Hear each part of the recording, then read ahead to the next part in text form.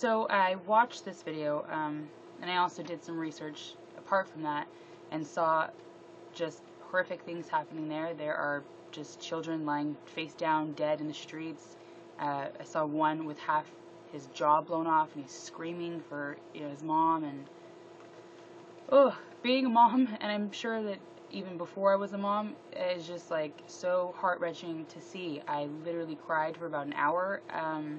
So I'm not encouraging anyone to go see it, but just know that it's it's pretty messed up. Bear with me. I'm really sorry about the ums and everything, but I'm kind of just going over my notes and then trying to pull everything together. So, apart from Libya, Syria is basically heading into the same direction that Libya was, and I really hope that everybody can do something to stop it. It's just, it's so unnecessary, and I really don't want to hear about any more of this. But I'm not going to stop, obviously, researching or hearing about it until it actually stops. So, continuing. Sorry, I get so off track. It basically comes down to our commander-in-chief, who is abusing his position. When you're in a position of power, as you are, if you are the president of not just any country, but the United States of America, we are extremely powerful. We have many allies. We have weapons and everything at our disposal. And I think that in that position, you need to make sure that you are being as conservative and careful as possible. The Obama administration, as well as the Bush administration, has completely gone the opposite way, and really are just wreaking havoc and seem to be enjoying it. Both China and Russia have come to the region's defense, and they're saying that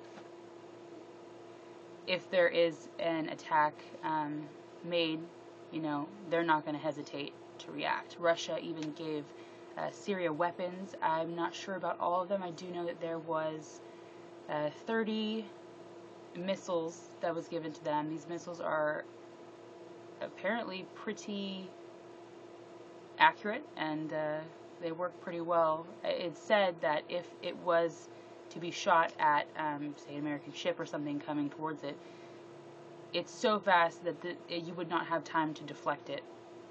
So, Russia obviously is serious about where they stand, as well as China. China's, made it quite clear that they're not going to allow this to happen. Actually, they seem offended personally, but I'm not going to go into that right now. So, both the Western elites and the Saudis have a lot to gain from more turmoil in that area. If the Syrian government and country were to collapse, let me try and be gentle about this. Many people in the Western powers would, and the Saudis again, would have an open door and a great excuse to completely inflate gasoline prices, oil prices, excuse me.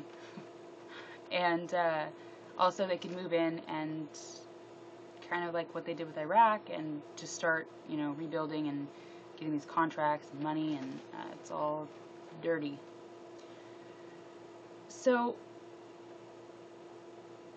being that we've already been through this in different scenarios with Iraq or Libya or whatever, I hope that you know that I'm not trying to twist words in any way. I'm just trying to get the point, fully across to you. And again, I really would like you to go and research everything that happened in Iraq. I would say research everything that happened economically after Saddam Hussein was taken out of power, and research the civilian death tolls. I am not completely positive, I don't think that anyone is right now, but the death toll in Libya stands somewhere between 30,000 and 50,000, and that is a ton of people.